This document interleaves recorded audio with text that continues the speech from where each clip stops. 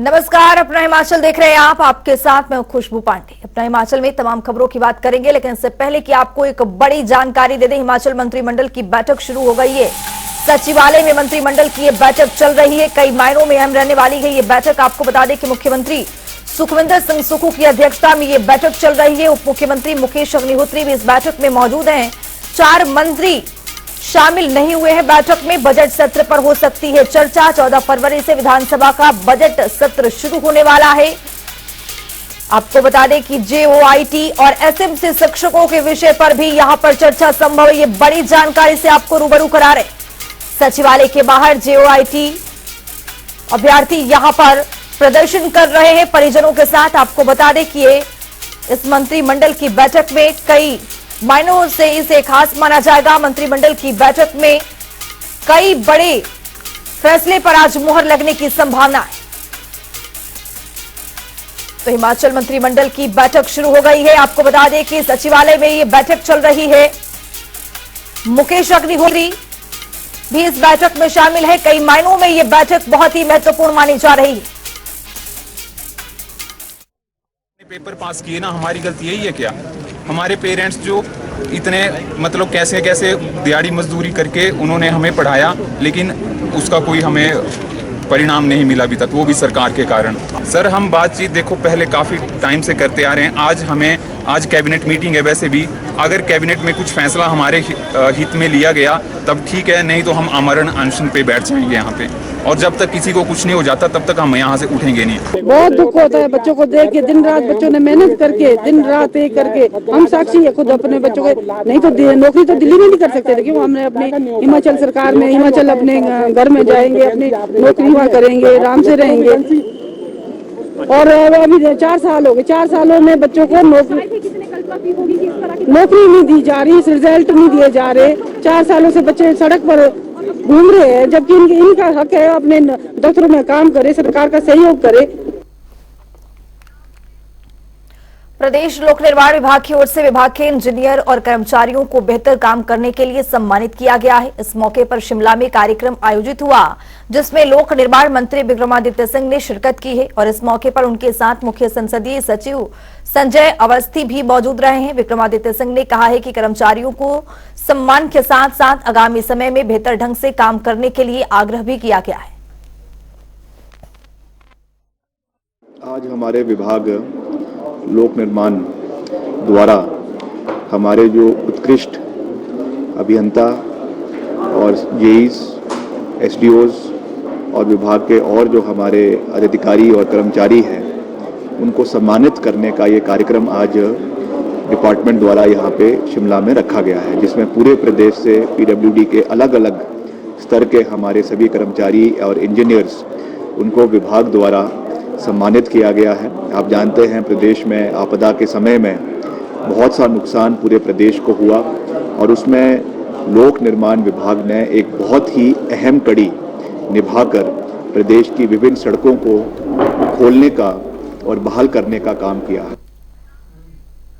उपाध्यक्ष विनय कुमार ने राजगढ़ का दौरा किया है। इस दौरान कांग्रेस कार्यकर्ताओं और स्थानीय लोगों ने गर्मजोशी से उनका स्वागत किया है। इस अवसर पर उपाध्यक्ष ने जनसभा को संबोधित करते हुए विनय कुमार ने कहा है कि राजगढ़ क्षेत्र को विकास के पथ पर आगे ले जाने के लिए हर संभव प्रयास किए जाएंगे।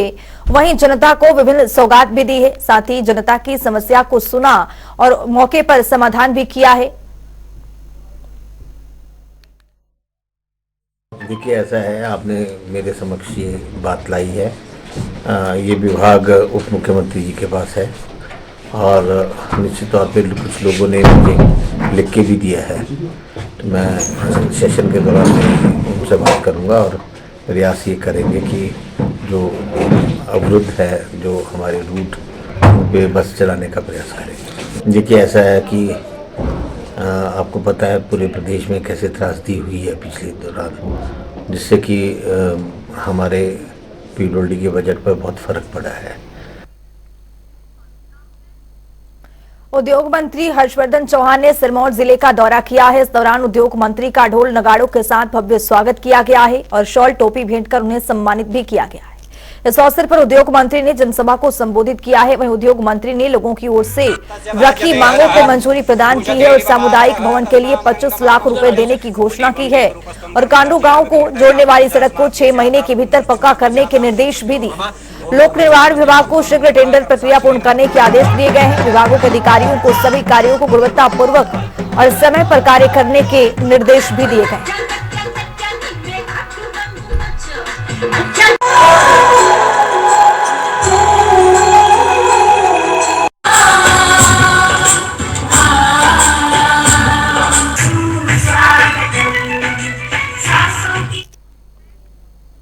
लोकसभा चुनाव की तैयारियों में बीजेपी पार्टी जुट चुकी है। इसी दिशा में बीजेपी ने 4 से 11 फरवरी तक देश भर में गांव चलो अभियान की शुरुआत की है। इस अभियान के अंतर्गत बीजेपी कार्यकर्ता ग्रामीण स्तर पर केंद्र सरकार की योजनाओं से जनता को अवगत कराएंगे और प्रवासी कार्यकर्ता ग्रामीणों को सरकार के 10 वर्ष के कार्यकाल में चलाए गए अभियानों के बारे में लोगों को जानकारी देंगे।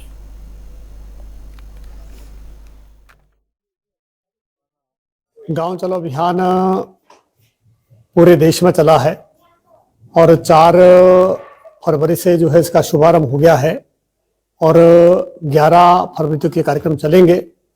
हिमाचल प्रदेश के प्रत्येक मंडल जो हमारे हिमाचल प्रदेश में भारतीय जनता पार्टी के हैं उन सभी मंडलों में ये जो अभियान है वो चलेगा। इसमें हमारे जो 130 पोलिंग बूथ है, 130 पोलिंग बूथों में हमारे 130 जो प्रवासी विस्तारक हैं उसको हम निकालेंगे और एक दूसरे बूथ पर हो जाएंगे, यानी एक बूथ से दूसरे बूथ पर जाएंगे।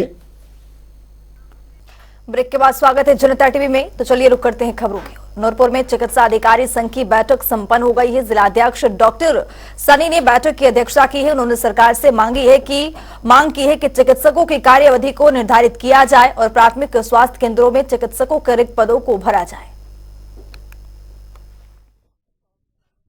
आज हमारे स्ट्राइक का ब्लैक बैचेस का जो प्रोटेस्ट कर रहे हैं वो 21वां दिन है और ये हमारा शांति प्रिय प्रदर्शन चला हुआ है। ये पूरे प्रदेश में चला है, जिला में चला है और सारे डिस्ट्रिक्ट ब्रांचेस इसमें बढ़ चढ़ के हिस्सा ले रहे हैं। कुछ दिन पहले हमारे सेक्रेटरी हेल्थ के ऑर्डर्स आए थे, हमारे डॉक्टर साहब के आए थे कि जो भी हमारे पेरिफेरी में लगे डॉक्टर्स होंगे उनकी जो है वो डेपुटेशन कैंसिल की जाती है। कल भी सेम ऑर्डर सेक्रेटरी साहब के आए, लेकिन आज हमें ज्ञात में आया है कि हमारे एक ब्लॉक नूरपुर पड़ता है जहां पे 6 डॉक्टर की सैंक्शन पोस्ट है सिविल हॉस्पिटल नूरपुर में, लेकिन वहां भी कार्यरत 2 डॉक्टर हैं। तो एक डॉक्टर की छुट्टी होने के कारण वहां आज फिर से डेपुटेशन लगाई गई है। तो मैं ये जानना चाहता हूँ कि क्या वो सेक्रेटरी के ऑर्डर हमारे बीएमओ साहब फॉलो नहीं कर रहे हैं। मंडी पुलिस ने चिट्ठे के खिलाफ कार्रवाई की है। उन्होंने नशे के 2 कारोबारियों को पकड़ा है। मंडी पुलिस ने चिट्ठे की सप्लाई करने वाली मां और बेटी को दबोचा है। इन दोनों आरोपियों से 20 ग्राम चिट्ठा बरामद किया गया है। अतिरिक्त पुलिस अधीक्षक सागर चंद्र ने बताया है कि पुलिस ने डीपीएस एक्ट के तहत मामला दर्ज कर लिया है। फिलहाल दोनों आरोपियों को 2 दिन के पुलिस रिमांड पर भेजा गया है, जिनसे गहनता से यहां पर पूछताछ जारी है। उन्होंने कहा है कि नशे के काले बाजार कारोबार को संलिप्त अपराधियों को किसी भी सूरत में बख्शा नहीं जाएगा। ये मंजू महिला है, ये सूड़ा मोहल्ले में रहती है। ये माँ और बेटा दोनों कल पकड़े गए हैं। 20-20.5 ग्राम चिट्टा जो है इनके पास पकड़ा गया है, जो कि ये पंजाब से लेके आ रहे थे और इनकी गाड़ी जो मंजू के नाम है उसी में ये लेके आ रहे थे। HP 34E1270 गाड़ी है इनकी और ये मंडी पुलिस ने इनको मंडी के बरादीवीर के पास इनको पकड़ा है और ये माँ बेटा दोनों जो हैं ये चिट्टे की स्मगलिंग में और बेचने में इन्वॉल्व हैं। और ऐसी रिपोर्ट्स हैं कि पुल घराट में इनके और भी रिश्तेदार हैं जो कि चिट्टे में इन्वॉल्व हैं। इस तरह से ये पूरा परिवार जो है और रिश्तेदार ये मंडी के अंदर चिट्टा बेच रहे हैं।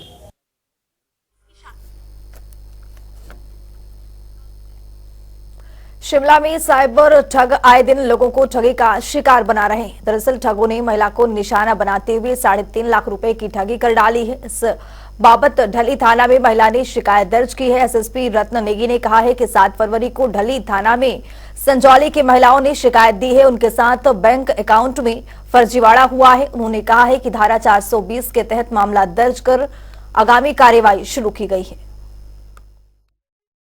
मामला दरअसल इस तरह से है, सन 2014 में इन्होंने HDFC बैंक संजौली में पहली बार अपना अकाउंट खुलवाया था। जब ये मार्च 2021 को इन्होंने अपना जो लिंक मोबाइल नंबर होता है अकाउंट का वो चेंज करने तथा एक डेबिट कार्ड इशू करने के लिए जब ये वहाँ गए और इन्होंने अपना डेबिट कार्ड इशू करवाया, जिसका एड्रेस इन्होंने बोरीवली मुंबई का दिया। तो सितंबर 2021 में जो इनका जो लिंक नंबर मोबाइल नंबर था वो इनसे गुम हो गया था। तो दोबारा इनको जब दिसंबर 2021 को इनको पता चला कि इनके अकाउंट से 30,000 रुपये किसी ने फर्जी तरीके से निकाल लिया है। मंडी में एसपी साक्षी वर्मा ने कार्यभार संभालने के बाद फिर से की है। इस दौरान उन्होंने नशे की रोकथाम करना अपनी प्राथमिकता बताया है। उन्होंने बताया है कि इसके साथ ही जनता को बेहतर यातायात और कानून व्यवस्था देने का भी हर संभव प्रयास किया जाएगा। वहीं उन्होंने बताया है कि क्रिप्टो करेंसी और फॉरेंस जलसाजों की गई उसमें आगामी कार्यवाही अमल में लाई जा रही है। उन्होंने बताया है कि कानून से खिलवाड़ करने वालों को किसी भी सूरत में बख्शा नहीं जाएगा। नशे के अगेंस्ट हमारा एक्शन जो है वो कंटिन्यूस रहेगा। It will be a priority area. इसके अलावा safety of women and working on crime against women will be another priority. ज़िले में और मंडी टाउन में इफ़ेक्टिव ट्रैफिक रेगुलेशन लोकल्स के लिए भी और टूरिस्ट पॉइंट ऑफ व्यू से भी, क्योंकि यहाँ से टूरिस्ट मूवमेंट भी काफ़ी रहता है, उस पर भी हम लोग काम करेंगे। इस जो कुछ इश्यूज़ यहाँ पे ऑलरेडी चल रहे हैं और आपके द्वारा उठाए गए, जैसे कि क्रिप्टो करेंसी या फॉरेक्स इन्वेस्टमेंट के ऊपर जो फ्रॉड्स हुए हैं, will be working on the investigation that has been done so far and will take it further. बाकी मीडिया से और जनता से फीडबैक जैसे जैसे मिलता रहेगा, we are open to it. आप अपना फीडबैक दें and we will work together to effectively manage law and order in the district. Kullu में बीजेपी ने शक्ति वंदन कार्यक्रम का आयोजन किया है। इस कार्यक्रम में पूर्व मंत्री गोविंद ठाकुर बतौर मुख्य अतिथि के रूप में शामिल हुए। इस अवसर पर गोविंद ठाकुर ने स्वयं सहायता समूह और एनजीओ से जुड़ी महिलाओं को संबोधित किया है। उन्होंने महिलाओं को बीजेपी सरकार की योजनाओं की जानकारी दी है और बताया है कि किस तरह से महिलाएं केंद्र सरकार की योजनाओं का लाभ उठा रही हैं। साथ ही उन्होंने कहा है कि प्रधानमंत्री मोदी भी अपने संबोधन में कहते हैं कि जब देश में महिलाएं समृद्ध होती हैं तो दुनिया समृद्ध होती है और वर्तमान समय में महिलाएं विभिन्न क्षेत्रों में अपनी क्षमता का प्रदर्शन कर रही हैं। शक्ति वंदन जो अभियान है ये पूरे भारतवर्ष में चलाया जा रहा है और ये जो है मेनली स्वयं सहायता समूह और एनजीओज को जो है वो मेन स्ट्रीम में लाना, उनको जितनी भी गरीब महिलाएं या पंचायत लाइक गांव से जो महिलाएं बिलोंग करती हैं, वो स्वयं सहायता समूह की मेंबर होती हैं, उनको आत्मनिर्भर बनाना और विकसित भारत का सपना जो मोदी जी ने देखा है उसमें इनको मेन स्ट्रीम में लाना ही इस कार्यक्रम का उद्देश्य है।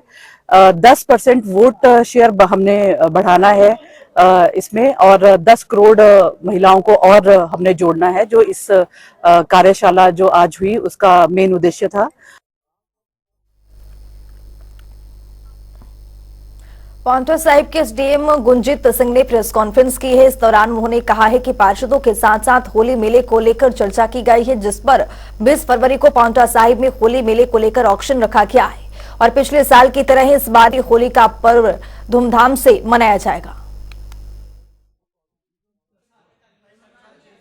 देखिए 5 तारीख को हुई हमारी नगर पालिका की जो मीटिंग है, 6 तारीख को हुई हमारी नगर पालिका जो मीटिंग है, उसमें ये निर्धारित किया गया कि जो इस बार भी प्लॉटिंग और झूले के ऑप्शन है वो 20 तारीख को हो रहे हैं। बाकी उसकी जो विस्तृत रूपरेखा है उसके बाद की संध्या जितनी और कौन कौन से आर्टिस्ट हैं उसकी जैसे हमारी कमेटीज बन जाएंगी उसके अकॉर्डिंग हम डिसाइड कर लेंगे उसको। क्या इस बार विशेष कुछ रहने वाला है इस मेले में? देखिए कोशिश करेंगे पिछली बार से और इसको इम्प्रूव करने के लिए, थोड़ा और ऑर्गेनाइज करने के लिए, और देखते हैं किस तरह इसकी रूपरेखा जो है तैयार होगी।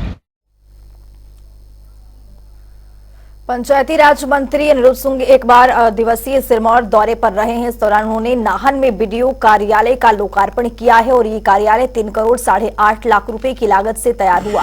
साथ ही उन्होंने जिले की 9 पंचायतों के घरों का भी लोकार्पण किया है। आज मेरा नाहन में कार्यक्रम था। आज जो है बीडीओ ऑफिस नाहन का जो है इनॉग्रेशन करी गई। माननीय हमारे यहाँ पे जो विधायक हैं भाई अजय सोलंकी जी वो यहाँ मौजूद हैं, जयल प्यारी जी, सभी यहाँ पे वरिष्ठ गणेश जंग जी और वरिष्ठ कांग्रेस के नेता यहाँ पे मौजूद हैं। करीबन 3 करोड़ 8.5 लाख की बिल्डिंग ये बनाई गई है 4 मंजिला, और इसके साथ साथ सिरमौर ज़िले के ही 9 पंचायत घरों का और इसके अतिरिक्त जो है वो उद्घाटन जो है आज किया गया है। बीजेपी के प्रदेश अध्यक्ष डॉक्टर राजू बिंदल ने प्रदेश सरकार के 14 महीनों के कार्यकाल पर निशाना साधा है।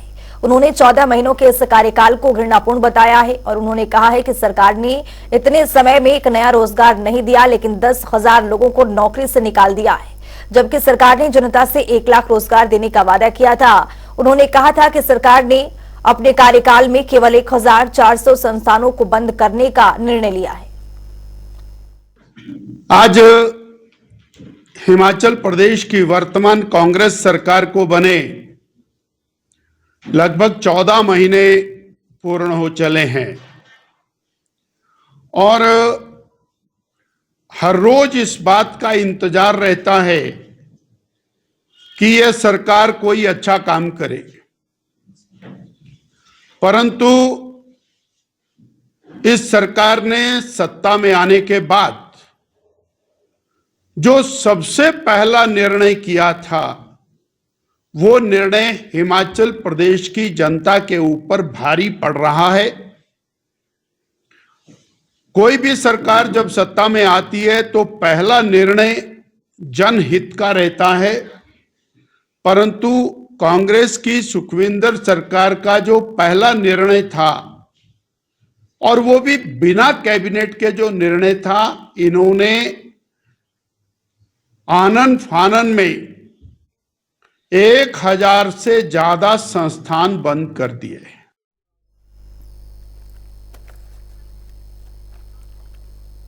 अपना हिमाचल मेरे साथ इतना ही। नमस्कार।